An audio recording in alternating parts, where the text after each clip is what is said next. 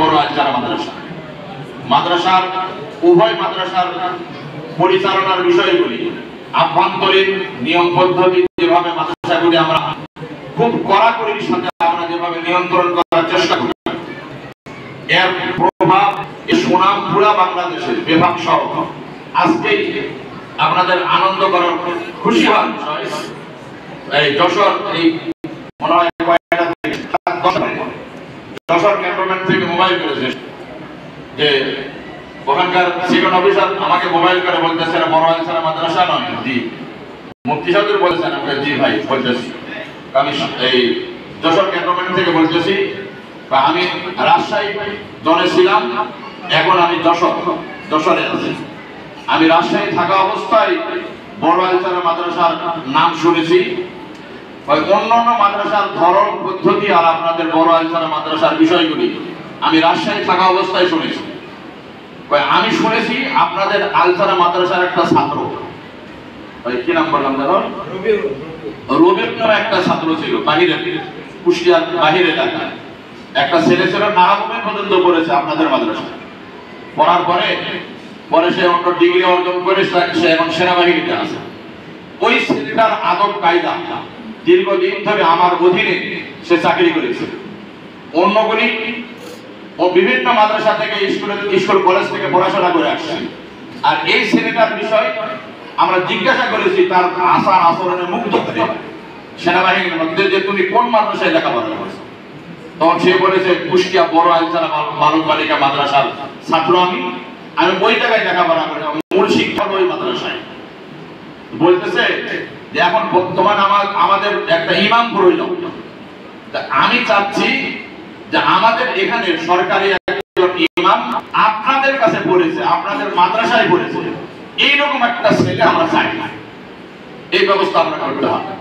আমি বললাম যে ভাই আমি এখন বর্তমানে কাকে দিব, এখন আমি মানে নিশ্চয়তা দিতে পারতেছি না। তখন বলতেছে আমি বুঝতে পেরেছি আপনি কি বুঝাতে চাচ্ছেন, যে কাকে দিব, কে কে দুর্নাম করে ফেলবে, মানে আপনার দুর্নাম হবে, মানে এরকম বিশ্বাস পাচ্ছেন না।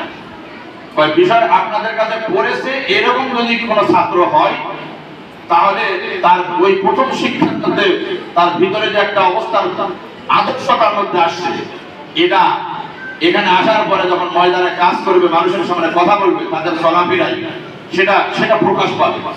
আমরা চাচ্ছি যে আমরা একটা পেয়েছি সেনাবাহিনীর মধ্যে, যত সেনাবাহিনীর সদস্য আছে তার মধ্যে তাকে আমরা বলেছি 1 নাম্বার। এরকম আদর্শবান একজন সৈনিক খুব কম আছে। আমরা প্রথম শিক্ষা হলো বড় আলচারা মাদ্রাসা। এজন্য আমরা চাচ্ছি এমন একটা ইমাম নিব যে ইমামটা হলো বড় আলচারা মাদ্রাসায় পড়া হয়। এজন্য আপনার কাছে অনুরোধ হলো আমাদের জন্য একটা আপনি ফিকির করেন, শুনে আমাকে খুব খুশি লাগে।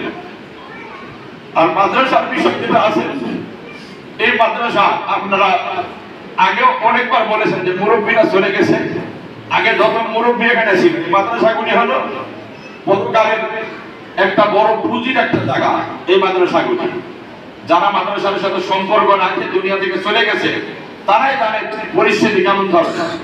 প্রতিদিন মাদ্রাসাগুলিতে যতগুলি ছেলে লেখাপড়া করতেছে, মেয়েরা লেখাপড়া করতেছে, যারা কোরআন শরীফ শিখতেছে, অন্য কোরআন কিন্তু বাদই দেবে, শুধু কোরআন শরীফ পড়ে তারা। যদি একটা ছেলে কোরআন শিক্ষা করেছে, লেখাপড়া করেছে কোরআন শরীফে, এই আল্লাহর হাবিব বলেছেন যখন কোরআন শিখে কোন একটা ছেলে প্রতিটা অক্ষরের বিনিময়ে 10টা করে নেকি পায়।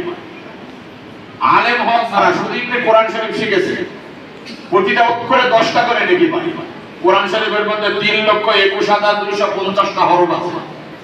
যদি প্রতিটা অক্ষরে 10টা করে নেকি পায়, তাহলে একবার কোরআন শরীফ পড়লে পারে কত করে নেকি হবে। আর একটা ছেলে সারা জীবন কতবার কোরআন শরীফ খতম করবে, কতবার পড়বে, এই নেকিগুলি পাবে কারা?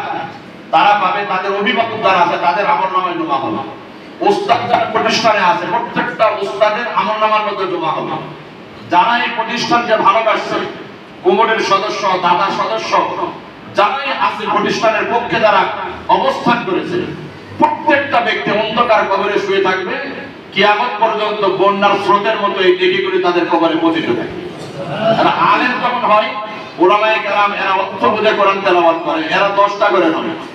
হাদিস শরীফের মধ্যে আসছে প্রতিটা অক্ষরের বিনিময়ে 100টা করে নেকি পায়।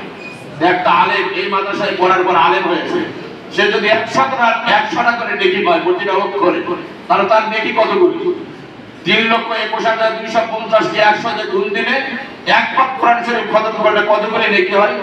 এই নেকিগুলি শুধু একাই পাবে না, যারা প্রতিষ্ঠানের সাথে সম্পর্ক রাখছে, অন্ধকার কবরে শুয়ে আছে, কিয়ামত পর্যন্ত তাদের আমলনামার মধ্যে নেকিগুলি চলতেই থাকে।